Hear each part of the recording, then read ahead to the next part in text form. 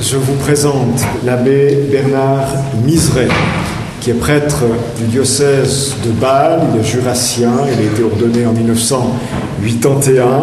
Il est actuellement directeur de l'Institut de formation au ministère ici à Fribourg, l'Institut qui forme une grande partie, pour dire la majorité, des assistants pastoraux et assistantes pastorales laïques des diocèses romans. Il assume aussi, durant les week-ends, un ministère d'appui en terre de Gruyère, en Basse-Gruyère. Il est prédicateur, professeur, conférencier, conseiller spirituel apprécié et reconnu. Il a fait son ministère, exécuté son ministère dans les paroisses de Delémont, Porrentruy et Seigne-Légier entre 1981 et 2005, et il a passé 2 ans de ministère dans le diocèse de Belfort. Je lui laisse la parole, je le remercie de sa grande disponibilité pour notre week-end prier témoigner. Merci. On croit parfois que le moment le plus important de notre vie est devant nous. Ou bien alors, on l'a sclérosé dans nos albums photos.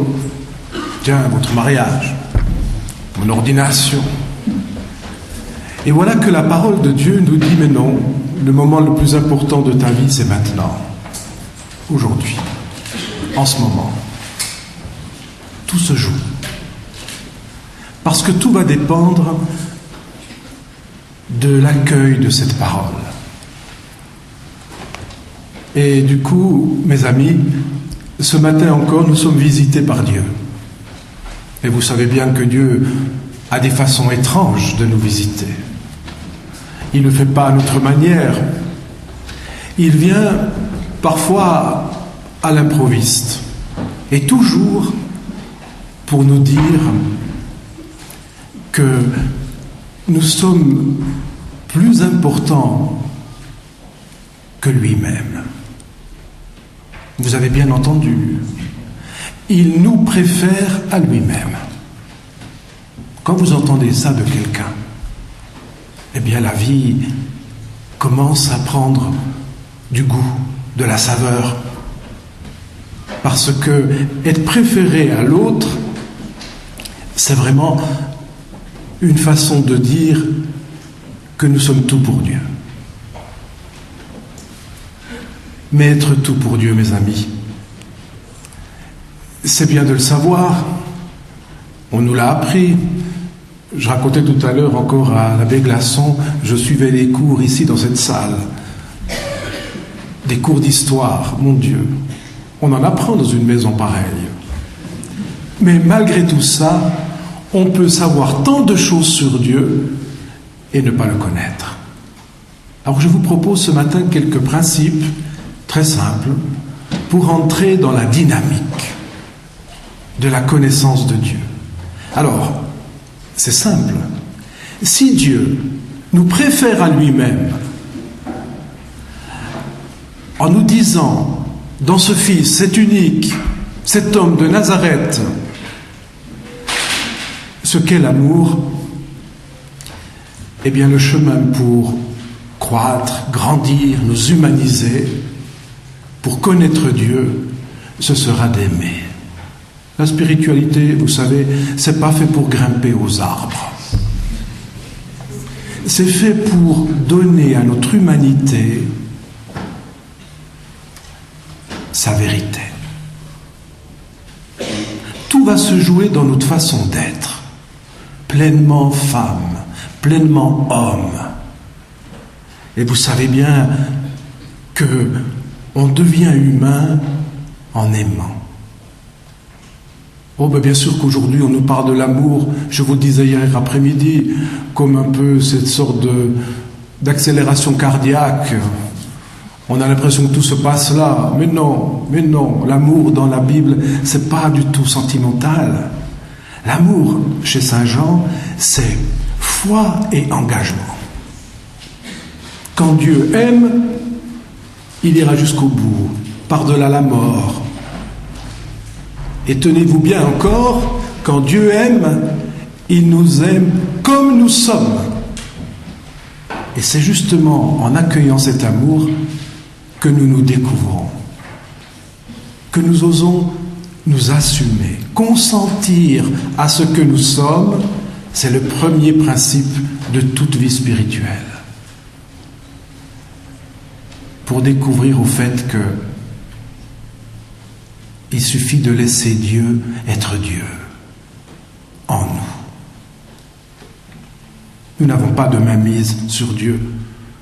Quand Marie-Madeleine veut l'arrêter après la résurrection au jardin, lui tenir les pieds, Jésus lui dira « Marie, ne me retiens pas ». Ce qui nous fait comprendre que l'amour reste toujours à vivre. On n'est jamais au bout. On aura toujours à croître. Parce que aimer, c'est la manière d'être de Dieu. Et quand on aime, voyez-vous, on divinise. On rend l'autre vivant de Dieu. Parce que quand on aime, on libère l'autre de lui-même. On le sauve de lui-même. Donc, je reprends les choses. Pour connaître Dieu, ce Dieu de Jésus-Christ, j'entends bien, consentir à soi-même en sachant que son amour me fait devenir.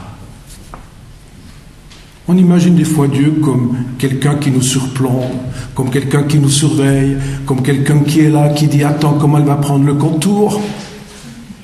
Ben non. Nous avons un Dieu qui nous accompagne et qui va respecter notre liberté jusqu'au bout. Et la croix nous dit bien que même cette liberté qui va jusqu'à mettre à mort un innocent, Dieu va la respecter en ce Fils. Et plus que ça, non seulement il va la respecter, mais cette liberté dévoyée, il va la sauver. Parce qu'il dira, Père, pardonne-leur. Ils ne savent pas ce qu'ils font. Donc toute cette part de nous-mêmes qui nous échappe, qui nous semble parfois engluée dans nos vieux souvenirs, dans nos vieilles histoires, toutes ces choses que l'on porte en soi comme des pierres et qui alourdissent le pas, tout cela, Dieu l'assume. Et c'est ça qu'il faut donner. Catherine de Sienne, vous connaissez, elle voyait Jésus, et Jésus lui dit un jour, « Mais Catherine, tu m'as pas tout donné. » « Mais comment, Maître, Seigneur, je vous ai tout donné, mon corps, ma liberté, mon argent, mes richesses, tout est à vous. Mais non, tu ne m'as pas donné tes péchés. » C'est ça qu'il faut donner. Ce qui nous tient un peu dans l'esclavage, vous savez. Ce qui nous fait croire parfois que Dieu ne peut pas m'aimer. Pas comme je suis, non. Pas avec ce que j'ai fait, mais non. Pas avec mes compromis. Eh bien si. La bonne nouvelle que nous dit l'Évangile, c'est que le nom de Jésus, c'est Sauveur. Et vous savez ce que fait un sauveur ? Il sauve ce qui est perdu. Donc, de toute notre vie, il n'y a rien de perdu. Je vous donne un exemple, tiens. L'apôtre Paul. Il est fameux, cet apôtre Paul. On imagine sa fougue, on imagine son enthousiasme, sa folie peut-être. Mais tout ça, à cause de ce consentement à ce qu'il a été. Il était le persécuteur, il se s'est sauvé. Il était un antichrétien, il se s'est sauvé. Donc, le premier regard que nous avons apporté, nous accueillir, nous savoir sauver. On ne va pas devenir des saints, mes amis, à la force de nos poignets, mon Dieu. Ne confondons pas la perfection avec la sainteté.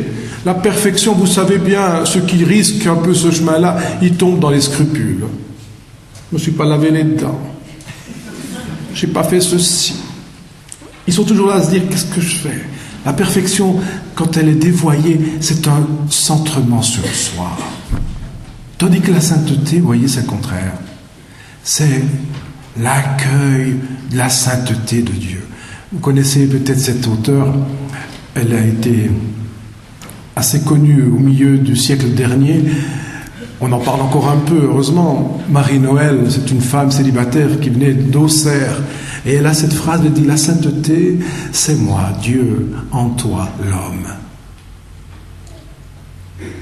Donc, nous voilà dans la dynamique de Dieu. Un Dieu qui veut nous partager sa vie, mais qui veut nous la partager en se donnant librement, en toute humilité, dans nos fragilités. Heureuse fragilité. Deuxième point. Après avoir consenti à nos faiblesses, à notre histoire, il nous faut poser un acte de confiance. Mais la confiance, vous savez bien ce que c'est.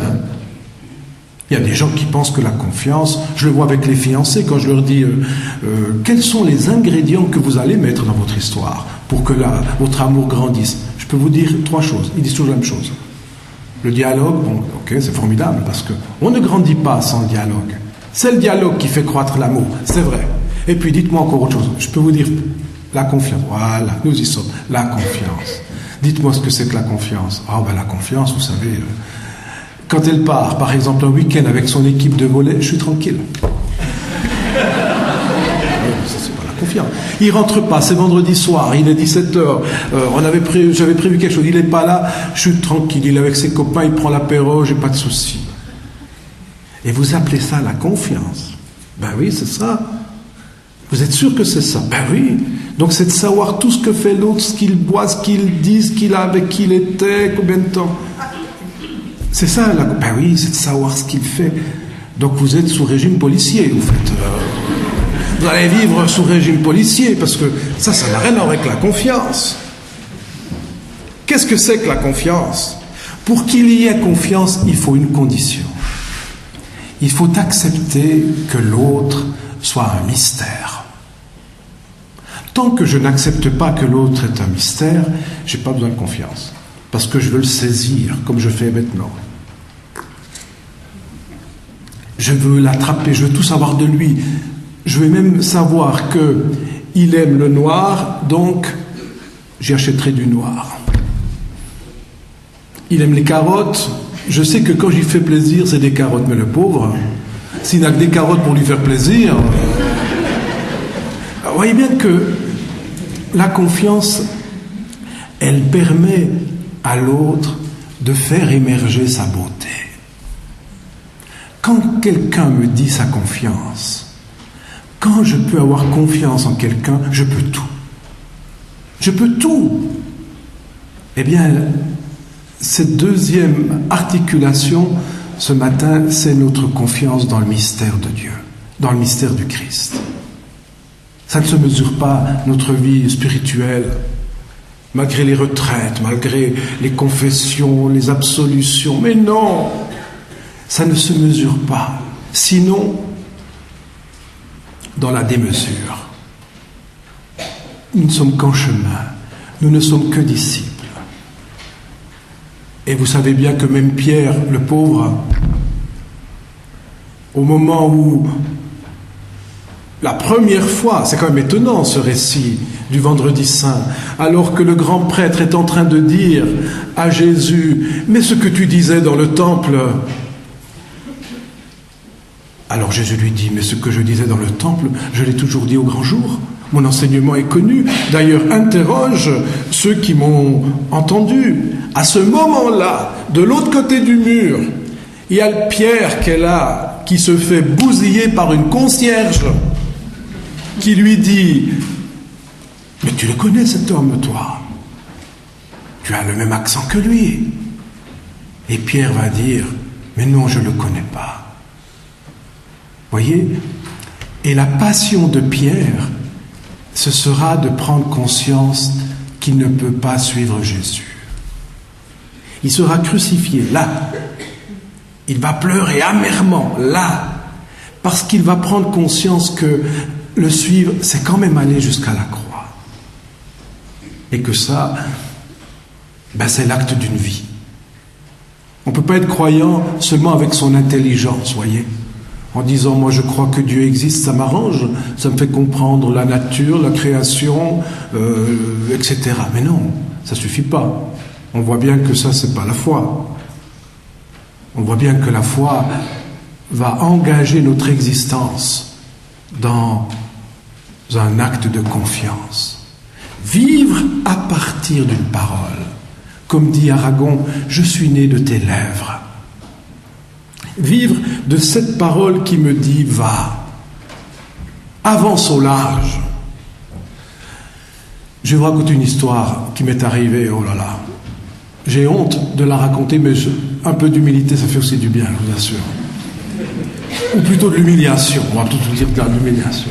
Voilà que j'avais 40 ans, un peu plus, 42 ans, donc c'est pas si loin.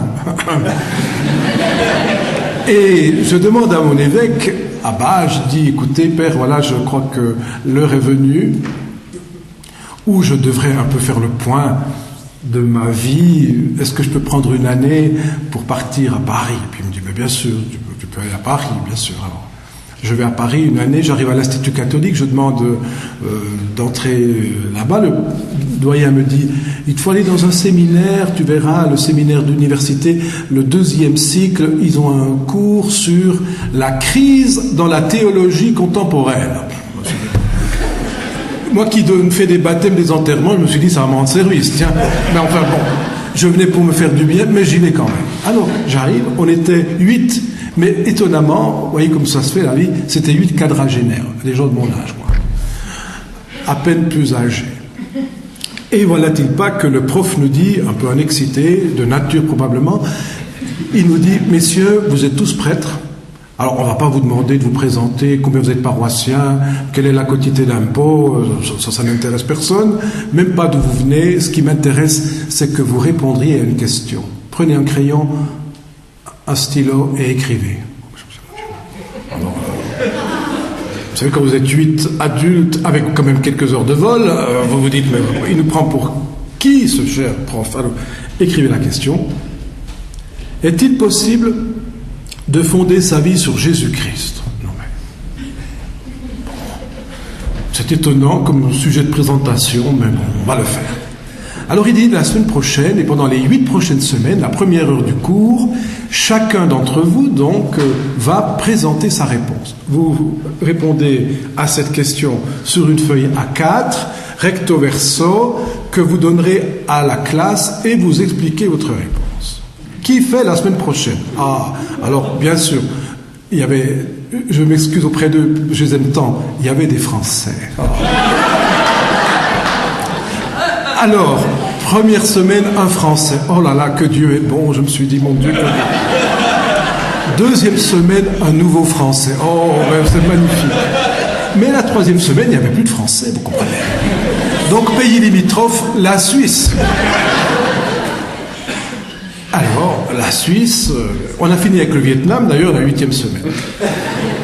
Arrive la première semaine, ce cher Français qui arrive, il en est autant marqué que moi, je crois. Il présente son texte, mais il était très angoissé, parce que quand même, c'est une épreuve difficile. Et le prof, mais vraiment, comme dans un match de boxe, premier round, KO devant tout le monde, ça n'a pas duré 3 minutes. On s'est dit, mais c'est difficile. Moi, je pensais que c'était plus facile. Bon. Alors après, on va tous lui dire, écoute, t'as été formidable. Moi, je me disais, si je pouvais écrire ce qu'il a écrit sur ces 2 pages, j'aurais réussi mon année. Tellement c'était beau, des mots choisis, comme nous les Suisses, on n'a pas. On ne sait pas bien, on n'a pas beaucoup de vocabulaire, mais eux, ils emploient des subjectifs. C'est magnifique comme ils écrivent. Bon. Deuxième semaine, un deuxième Français de Lyon, qui était très humble au départ.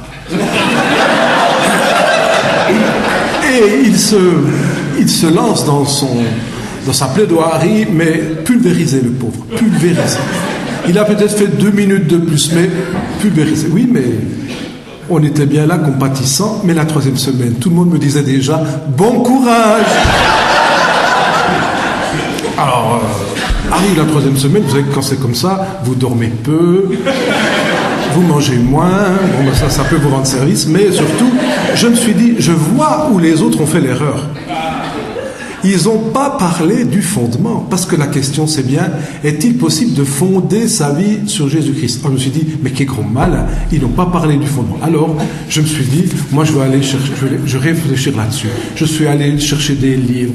Qu'est-ce que c'est que le fondement philosophique? J'ai perdu une semaine. Rien que pour le premier mot, pour en faire un paragraphe minable. Enfin bon. Arrive le jour J. Ben, c'est sûr que vous arrivez pour 2 heures, tout le monde vous dit... Sans rien vous dire, on est beaucoup dans le non-verbal, vous comprenez. Je distribue mes feuilles, je donne ça au prof, je n'étais pas encore assis. Il me dit, ton premier paragraphe sur le fondement philosophique, ça vaut rien du tout. Possible. Mais il me dit, lis ton 2e paragraphe. Et je dis cette phrase. Je crois que je peux fonder ma vie sur Jésus-Christ parce qu'il est mort et ressuscité. Halte! Mais je comprends pas, père. Comment tu comprends pas? Ça veut rien dire. Mais comment ça veut rien dire? Il est mort et ressuscité. Et c'est ce que tu dis le dimanche. Ben, c'est ce que je dis le dimanche, oui. Et puis tu as de moins en moins de monde. Ben oui, j'ai de moins en moins de monde.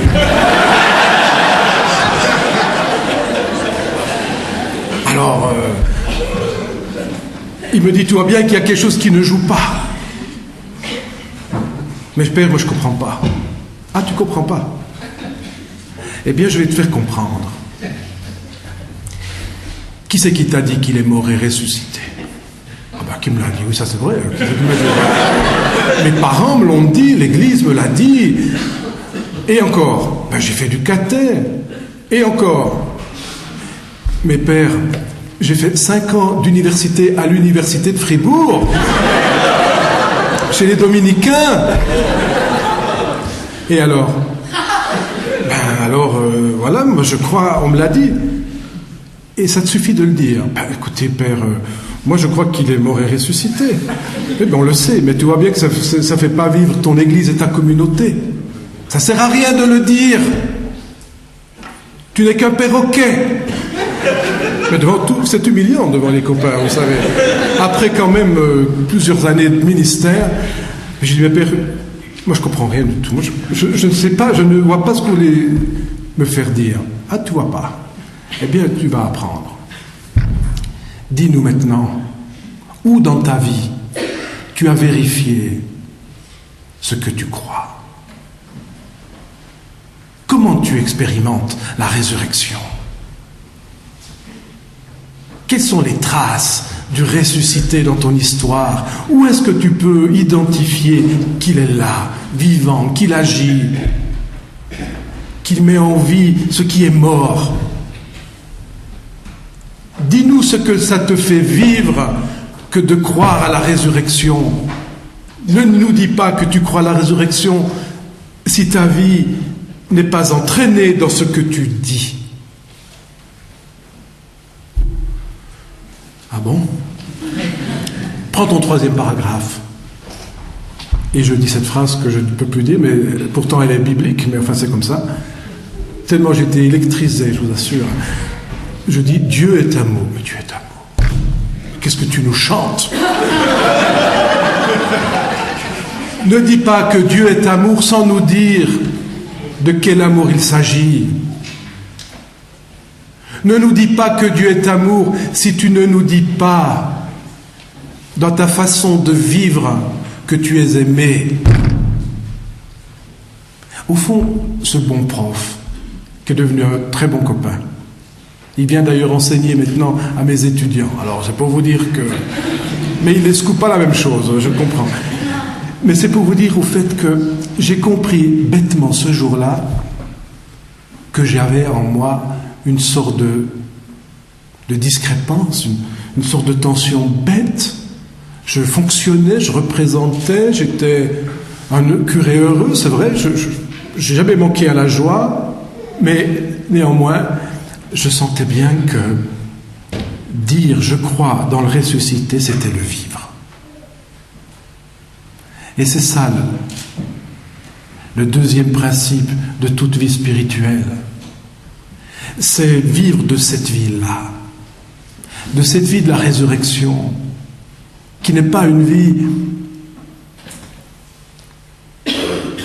qui est soumise au mal, c'est une vie pour la liberté. C'est la vie de la liberté. Et vous savez bien que la liberté, c'est pas d'aimer ou de ne pas aimer. La liberté, c'est pour aimer. Alors tout a changé. J'ai été secoué plusieurs semaines en me disant, mais tu t'es trompé de route, qu'est-ce que tu as fait, mon Dieu, qu'est-ce que tu as fait? Et puis, à un moment donné, il y a ce consentement à faire à sa vie. Pour pouvoir dire un peu, pas avec la même fougue, mais néanmoins, avec Paul, c'est plus moi qui vis, c'est lui qui vit en moi.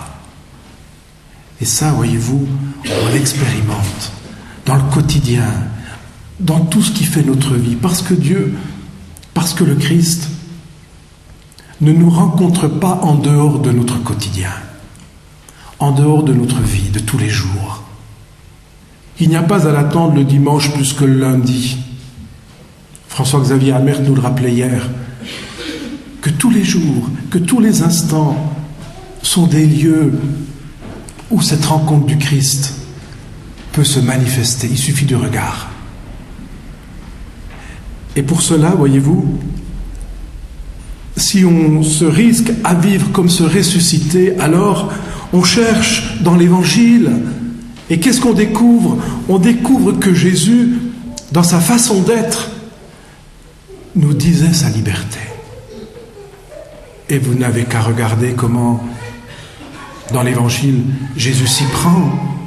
Il est toujours hors des conventions, hors des convenances. Il mange avec les publicains. Il se trouve là où on n'attend pas du tout un pratiquant juif. Tenez, par exemple, la piscine de Bethsaida, mon Dieu, c'est là où sont rassemblées les personnes malades, handicapées, ceux qui sont rejetés par le temple. Il va là. Qu'est-ce qu'il va y faire? Il va y manifester de la tendresse, celle du Père. Donc vivre de la résurrection, c'est aller dans le monde. C'est aller dans les lieux où, encore aujourd'hui, on reste assoiffé, on reste affamé de cette tendresse, de cette présence, de cette liberté, de la justice. Et vivre de la résurrection, c'est justement aller, parce que c'est plus possible de le faire chez soi, dans son bureau, dans son laboratoire, dans son église, c'est justement aller annoncer cette vraie nouvelle que Jésus proclame partout, à savoir le royaume de Dieu est là. Voyez-vous, quand on appartient au Christ, quand on est disciple du Christ, on est envoyé. Et la seule mission qui nous est confiée, c'est de le révéler là où on ne l'attend plus. Et pour cela, il nous faut, et c'est ça être disciple, être contemplatif, apprendre à voir, apprendre à aimer le monde. Il faut aimer le monde et pas s'en séparer et ne pas s'enfermer dans le monde, mais l'aimer parce que le Christ est venu nous dire que ce monde est sauvé. Père, je ne veux qu'aucun de ceux que tu m'as donnés ne soit perdu. Dieu a tant aimé le monde, dira saint Jean, qu'il a donné ce Fils unique. Et notre rôle, notre tâche comme disciples du Christ, c'est d'aimer le monde sans nécessairement attendre le retour. Moi je me donne, disent des fois les gens, mais qui c'est qui m'aime, moi? Ben, regardons comment Dieu s'aime. Jésus s'est aimé lui-même en allant jusqu'au bout dans l'offrande de sa vie. Il va dire, ma vie, personne ne la prend, c'est moi qui la donne. Et sa façon véritablement d'être don absolu et total aujourd'hui en ce moment, mais comme en chaque moment de l'histoire, dès qu'on s'ouvre à ce cadeau démesuré, chaque fois, ce Dieu se donne pour que nous aimions le monde. Nous avons besoin, l'Église, d'entendre ça. Parce que le monde, voyez-vous, c'est le chantier de Dieu. C'est là que Dieu travaille. Et je vais vous dire quelque chose. Nous, on est comme ça, voyez-vous, on se dit, avec Dieu, je dois boire, je m'excuse. Avec Dieu, on a un bon commerce de négoce, voyez. On dit, dans ma paroisse, il me faut des catéchistes. Seigneur, tu vas bien faire lever dans le cœur de quelques hommes, de quelques femmes, ce goût pour s'engager. Et puis on voit que ça ne vient pas. Puis on se dit, mon Dieu, j'ai pas de réussite, ça ne marche pas.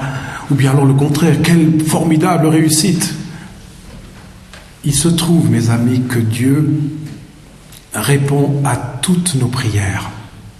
Mais vous savez, comme il fait nous, on a bêtement été éduqués à imaginer que si je plante quelques graines de ciboulettes, les ciboulettes vont pousser là.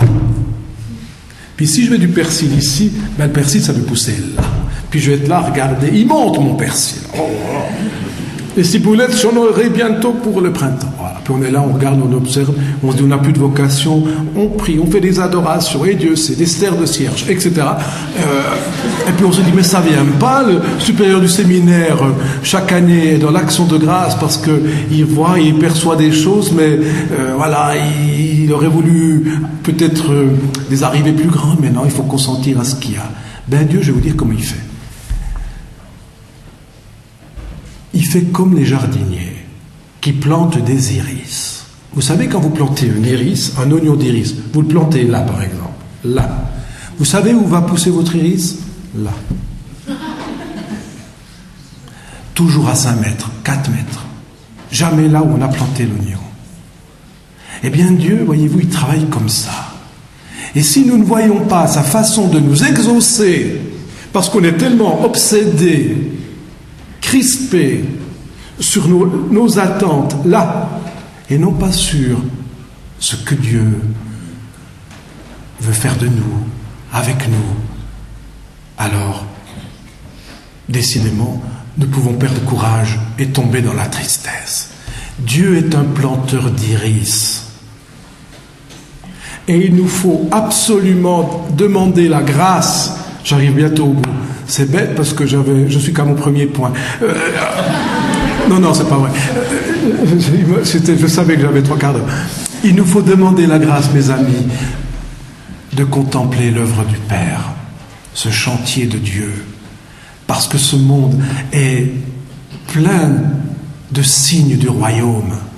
Nous n'arrivons plus à les décoder parce qu'on est enfermé dans nos attentes, dans je ne sais quoi, nos traditions peut-être, qui ne sont pas mauvaises en soi.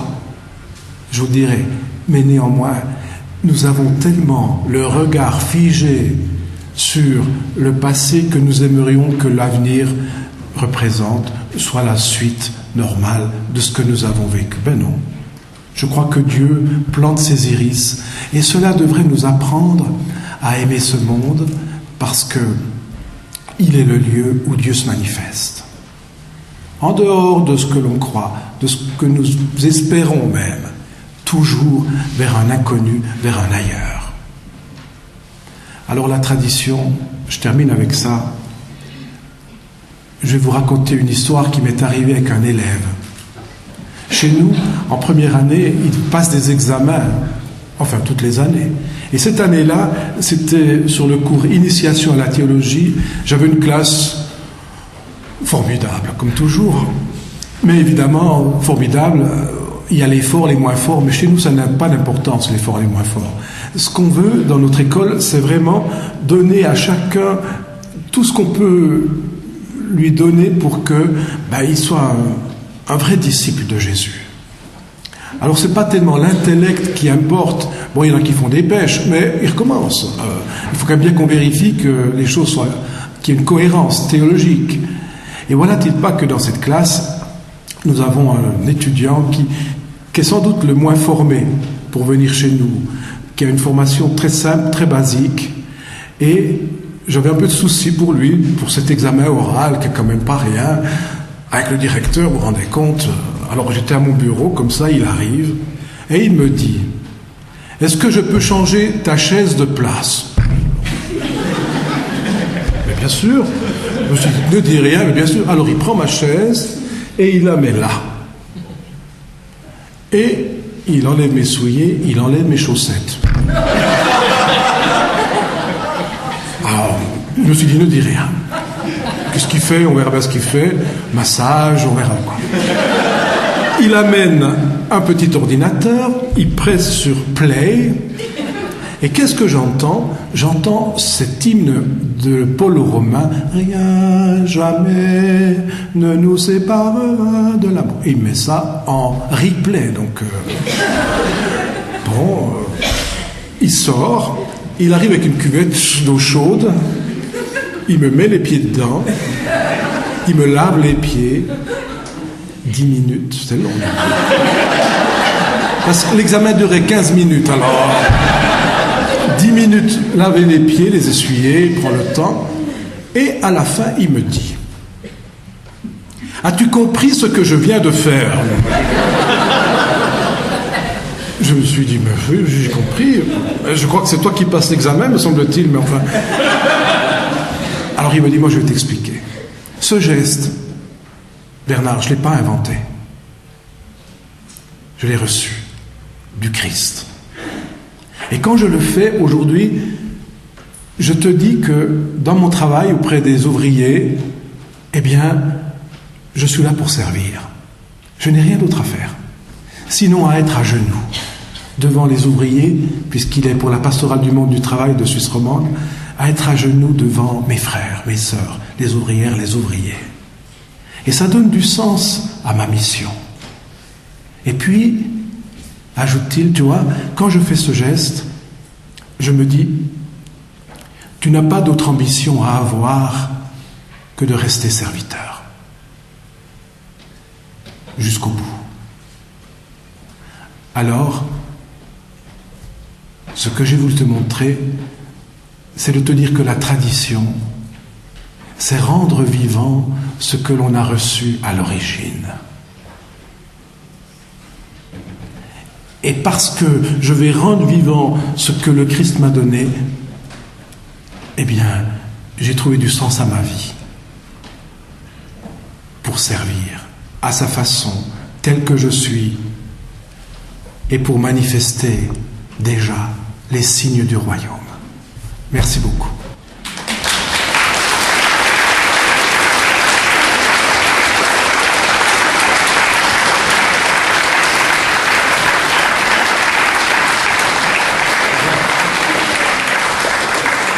Voilà, merci beaucoup à Bernard Miset. On ne va pas lui demander quelle note il a mis à cet étudiant, mais vous pouvez lui poser d'autres questions maintenant. Je peux comprendre, moi, qu'on ne peut pas comprendre.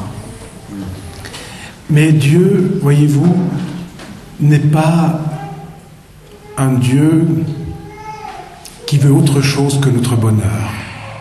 La volonté de Dieu, c'est notre bonheur. Nous n'en connaissons pas le chemin.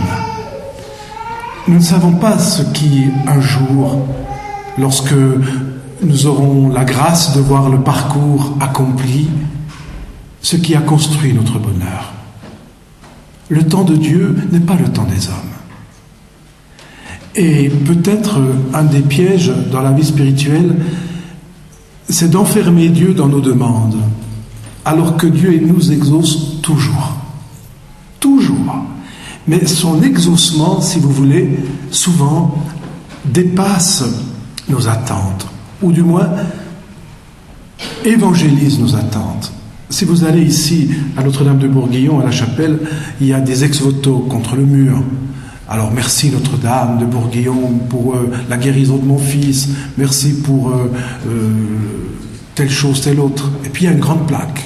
Quand vous arrivez, elle est à gauche, et c'est marqué ceci: merci Notre-Dame de Bourguillon de n'avoir pas exaucé ma prière, car elle aurait fait mon malheur. Incroyable, incroyable. Donc, notre prière, si vous voulez, nous l'exprimons d'abord, non pas pour infléchir la volonté de Dieu, car la volonté de Dieu, elle est connue, c'est que nous soyons avec lui, communion avec lui. Seulement, notre prière, elle vient faire appel à toute notre persévérance et elle est aussi l'écoute de la parole. La prière, c'est pas que moi qui prie, Dieu aussi me prie. Dieu aussi me parle. Et je crois que dans ces prières inexaucées, nous pouvons être sûrs quand même que Dieu y répond à sa façon et que, sans enfermer Dieu dans ma demande, je suis convié, sollicité à l'acte de confiance le plus absolu. Toi, tu sais, Seigneur, tu sais ce qui est bon pour moi, je te fais confiance. La confiance qui nous fait, je vous le disais, entrer dans le mystère de la vie. Si un jour vous avez le moral en bas, vous êtes découragé, vous savez plus bien quoi faire, vous prenez votre Bible et vous allez chercher dans la lettre aux Éphésiens, au chapitre 1, les versets 3, 4, 5, 6. Dès avant la fondation du monde, Dieu t'a destiné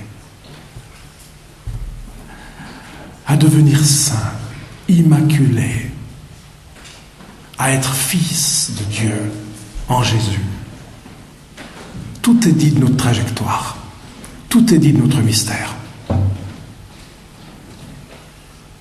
Ma maman, un jour, vous savez, je dis encore ça, je termine avec ça, ma maman, elle avait un bistrot, avec mon papa, ils avaient un bistrot, mon Dieu.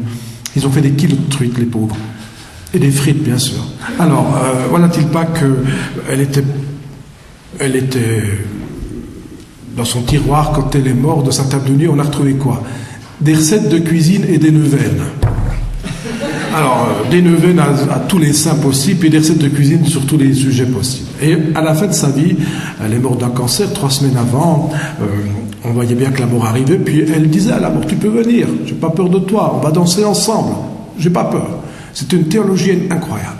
Et 3 jours avant de mourir, mes nièces, grandes, 20 ans, 22 ans, c'était un samedi soir, lui disent, on sort ce soir, grand-maman, alors bonne nuit, à demain matin. Et elle leur dit, mes petites, ne demandez jamais à Dieu de prendre soin de vous. Alors, la grande, elle me fait la morphine. Et ma maman leur dit, mais non, si vous demandez à Dieu de prendre soin de vous, vous allez être déçus parce que vous allez dire, il ne m'écoute pas. Il n'est pas attentif, il est sourd. Il préfère les autres. Alors, si vous voulez connaître la joie, ne demandez pas à Dieu de prendre soin de vous, mais vous, prenez soin de Dieu. C'est à vous de prendre soin de Dieu.